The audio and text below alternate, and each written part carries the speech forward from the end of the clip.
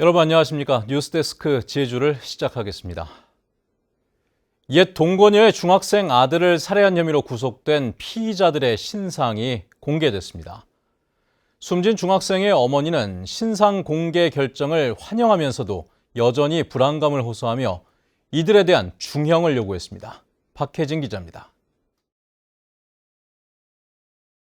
지난 18일 오후 담을 타고 다락으로 숨어들어가 옛 동거녀의 아들인 16살 김모군을 살해한 48살 백광석과 공범인 46살 김신암. 경찰이 이들 피해자에 대한 신상을 공개했습니다. 당초 신상 공개 요건에 부합하지 않다며 심의 자체를 열지 않던 경찰은 수사 과정에서 추가 정황이 확인됐다며 입장을 바꿨습니다. 신상 공개 심의위원회는 2시간 가까이 비공개 회의를 통해 국민의 알 권리 존중과 재범 방지, 공공의 이익에 부합하는 등 신상 공개 요건을 충족했다고 밝혔습니다. 사전에 범행도 모의하고 범행 도구도 구입하는 등 계획적인 범행 정황이 확인됐고 어른 2명이 합동해서 중학생의 피해자를 잔혹하게 살해한 부분도 이제 확인이 됐고 숨진 김군의 어머니는 아들이 손톱으로 장판을 뜯을 정도로 고통스럽게 죽어갔다며 피의자들의 신상 공개를 강하게 요구해왔습니다. 토막 살인만을 해야만이 신상 공개가 되나요? 무조건 이 살인 자체가 얼굴을 다 드러내야죠. 살인마들인데. 백 씨가 다툼이 있을 때마다 집을 나간 뒤 2층 다락방으로 몰래 들어와 자신의 목을 졸랐고 집안에 집기를 부수는 것은 물론 숨진 아들에게도 폭행을 서슴지 않아 수술을 받은 적도 있다고 주장했습니다. 왜 이렇게 사람을 그냥 고통스럽게 하냐고. 그러니까 그게 재밌다던가요, 자기는. 너 이렇게 괴롭히는 게 좋다고. 경찰에 신변 보호를 요청한 이후에도 주택 외부의 가스 배관이 절단되는 등 범행 시도가 계속됐지만 경찰은 어떤 조치도 없었다며 고등학교에 진학하면 다른 곳에서 새 출발을 하자고 했던 아들과의 약속은 끝내 지키지 못하게 됐다고 탄식하는 어머니. 차라리 내가 죽어버려도 죽으면 죽었지 어떻게 자식 먼저 앞세워서 어떻게 살라고 나는. 어? 나는 진짜. 김군의 어머니는 신상 공개에도 여전히 불안감을 떨칠 수 없다며 백 씨가 사회와 영원히 단절되도록 중형이 선고되길 강하게 요구했습니다. 이 사람한테 큰 형벌을 줘야 돼요, 진짜. 아예 거기서 박아서 나오지 말아야 돼요. 왜냐면 이 사람은 나오면 저를 죽일 거예요. 경찰은 내일 해당 사건을 검찰에 송치하면서 피의자 백 씨와 김 씨의 모습을 공개할 예정입니다. MBC 뉴스 박혜진입니다. 50대에 대한 코로나19 백신 접종이 140개 의료기관에서 일제히 시작됐습니다. 지자체별 자율접종도 이루어지면서 제주도는 11월쯤 집단 면역 기준에 도달할 수 있을 것으로 예상했습니다. 김항섭 기자입니다. 50대 백신 접종 시작 첫날, 제주 시내 병원을 찾은 남성이 접종을 하기 위해 의사와 면담을 진행합니다. 특이사항 같은 거는 없으니까 오늘 접종하시게요. 55세에서 59세를 대상으로 모더나 백신 접종이 도내 위탁 의료기관 140여 곳에서 시작됐습니다. 접종 대상 4만 5천여 명 가운데 3만 7천여 명인 83%가 사전 예약을 마치면서 다음 달 7일까지 접종이 이뤄집니다. 현재 제주에 들어온 모더나 백신 물량은 18,000회분으로 제주도는 추가 수급에 큰 문제가 없을 것으로 예상했습니다. 상황이 심해지고 그러니까 기다리긴 했죠. 어쨌든 그래도 빨리 예약해서 맞게 되니까 뭐 안심도 좀 되고. 지자체별로 우선 접종 대상을 선정하는 백신 자율접종도 시작됐습니다. 제주도에 배정된 물량은 화이자 백신 3만 8천회분, 제주도는 학원 종사자와 환경미화원, 선원 등 12,000여 명을 1그룹으로 분류해 다음 달 14일까지 접종하고 16일부터는 유흥시설 종사자와 공항만 종사자 등 2그룹 2만 5천여 명에 대해 접종합니다. 아직은 그래도 좀 불안한 게 좀 있어요. 그래도 맞아야 좀 빨리 좀 해결이 안 되겠나. 이 마스크도 벗고. 50세에서 54세에 대한 모더나 접종도 전체 대상의 78%인 4만 1천여 명이 사전 예약해 다음 달 16일부터 접종이 계획되면서 백신 접종 대상 도민의 절반가량이 다음 달이면 1차 접종을 마칠 것으로 보입니다. 11월 달까지 이제 예방접종 이제 한 70% 정도 그 예방접종을 목표로 지금 하고 있거든요. 그래서 지금 현재 이제 속도로 보면 목표는 무난하게 접종할 걸로 보고 있습니다. 다음 달 중순쯤 40대에 대한 백신 예약도 이뤄질 것으로 예상되면서 도민 집단 면역 형성에도 속도가 붙을 것으로 예상됩니다. MBC 뉴스 김항섭입니다. 제주에서는 어제와 오늘 코로나19 확진자 18명이 추가로 발생해 누적 확진자는 1,629명으로 늘었습니다. 제주도에 따르면 신규 확진자 18명 가운데 11명은 도내 확진자의 접촉자, 4명은 다른 지역 방문자와 관광객, 해외 입국자며 나머지 3명은 코로나19 유증상으로 검사를 받아 확진 판정을 받았습니다. 이 가운데 유흥주 전발 확진자와 제주시 고등학교 관련 확진자가 각각 1명 추가됐고 제주공항 JDC 내국인 면세점 직원 1명이 추가로 확진 판정을 받아 관련 확진자는 19명으로 늘었습니다.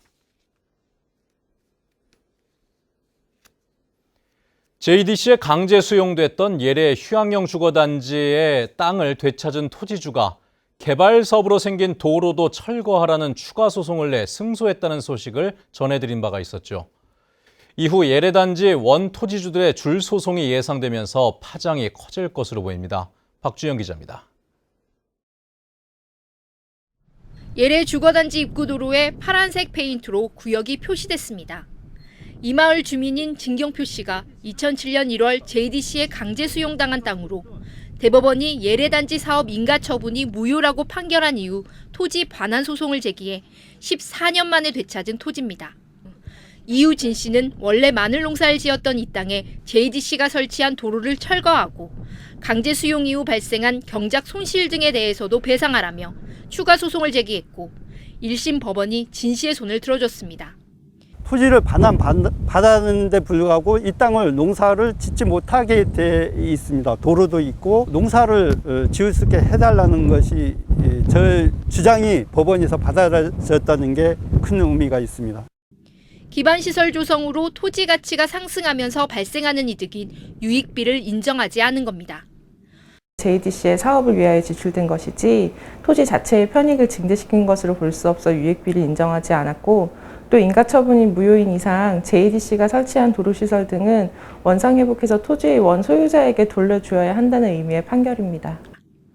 대법에서 이 같은 판결이 확정되면 JDC는 진 씨의 땅을 가로지르는 도로를 걷어내야 할 형편입니다.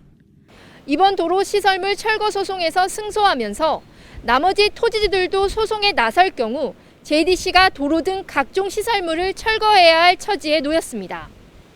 JDC 측은 공식 인터뷰는 거절한 채 항소를 검토 중에 있으며 현재 진행 중인 다른 토지주들의 토지 반환 소송 등의 결과를 보며 예래단지 사업 방향을 재설정하겠다고 밝혔습니다.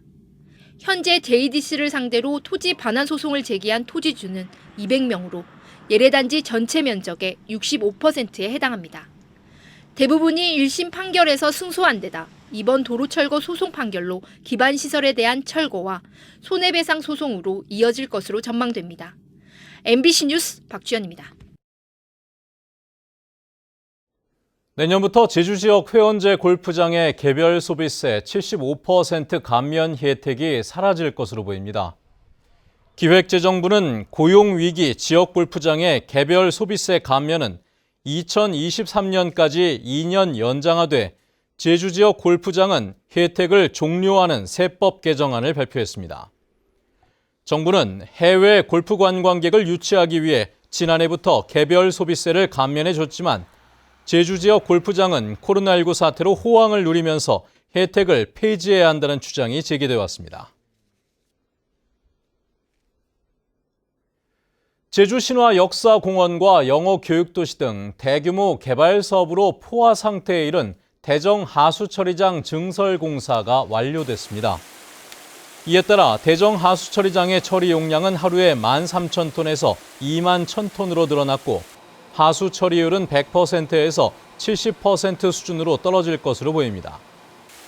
제주도는 색달과 남원 하수처리장의 증설 공사를 진행 중이며 동부와 서부 제주 하수처리장은 공사를 준비하고 있습니다. 전국 공무원 노조 제주지역본부는 성명을 발표하고 코로나19 방역을 위한 공무원 노동자들의 헌신을 차버리는 고위직 행태에 분노한다고 밝혔습니다. 이들은 하위직 공무원들이 일선 방역 현장에서 사투를 벌이고 있는데도 간부 공무원들은 업자와 부적절한 술자리로 경찰의 수사를 받고 있고 제주도가 피서철 관광지 방역 인력 38명 채용을 위한 국비를 확보하고도 7명만 채용했다며 철저한 수사로 진실을 밝히라고 요구했습니다. 제주지방법원 형사 3단독 김연경 부장판사는 면허도 없이 상습적으로 음주운전을 한 혐의로 기소된 60살 박모 씨에게 징역 2년 6개월을 선고했습니다. 박 씨는 지난해 7월 제주 시내 도로에서 무면허의 만취 상태로 운전을 하고 지난해 10월에도 면허 없이 운전을 하다 다른 운전자에게 상해를 입히는 등 5차례에 걸쳐 무면허 음주운전 등을 한 혐의로 재판에 넘겨졌습니다.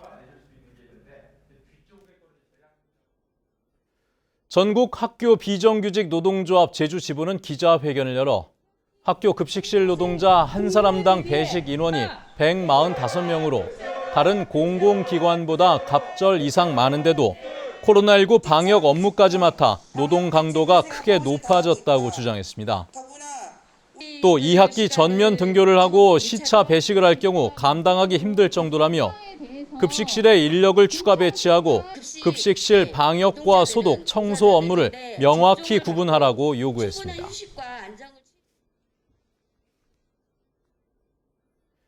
뉴스데스크 제주였습니다. 시청해주신 여러분 고맙습니다.